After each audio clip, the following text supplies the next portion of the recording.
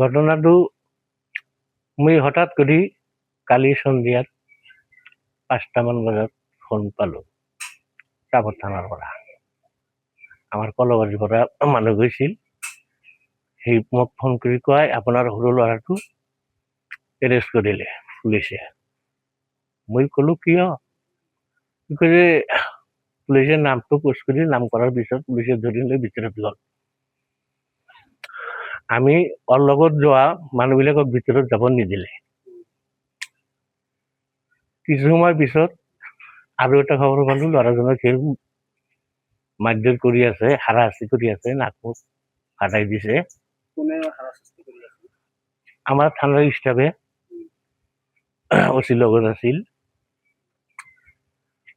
পিছত মোক যোৱাৰ কথা আছিল, মই লাজ ভয়তে যোৱা নাই। মোৰ ৱাইফক কাজিপাৰা আছিল, আশা কাম কৰে, তাইক পঠাই দিলোঁ, তাইৰ হাতেৰে খাৱা লোৱা পঠাই দিছোঁ। সি তেতিয়া ৯টা মানত পাইছে, ৯টাত ভাত খোৱা নাই। পিছত ল'ৰাজন কৈছে যে থৈ যা মই পিছত খাম। পিছত ভাতখিনি খাইছে নে নাই সি নাজানে, থালি বাতিবিলাক থানাতে আছে এতিয়ালৈকে। এতিয়া বোধহয় কেইটা বাজে? ৯টা। বৰ্তমান 11:30। বৰ্তমান 11:30 হৈছে।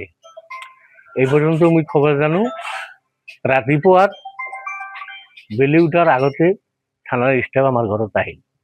আহি আমাৰ ঘৰত শুম্বু আহিছে নেকি, আপোনাৰ সৰু ল'ৰাজন আহিছে নেকি মোক কয়। মই কৈছোঁ না অহা নাই, আপোনাৰ তাত আছে বোলে তাৰ পৰা পলাইছে। মই ক'লোঁ যে ছাৰ তাৰ পৰা পলাইছে আপুনি নাজানে যে আগে পিছে এনেকৈ আসামী পলাই এই কথাৰ ভিত্তি কৰি আসামীক ইনকাউণ্টাৰ কৰি নজনাকৈ ইনকাউণ্টাৰ কৰি মাৰি পেলায়।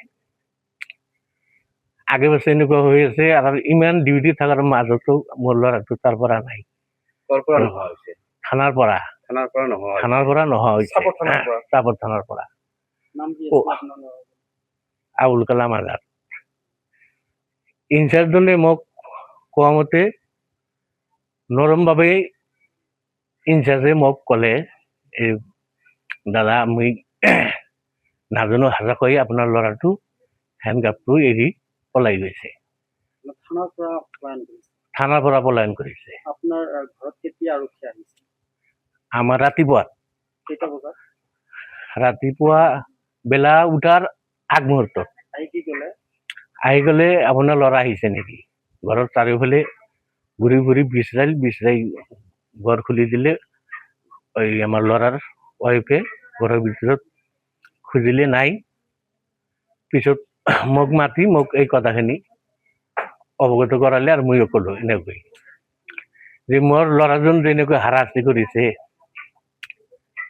দোষ যিখিনি কৰিছে আইনত কৰিব, কিন্তু এতিয়া যে ল'ৰাটো আপোনাৰ হাতৰ পৰা নাই, আমি কাক দোষাম?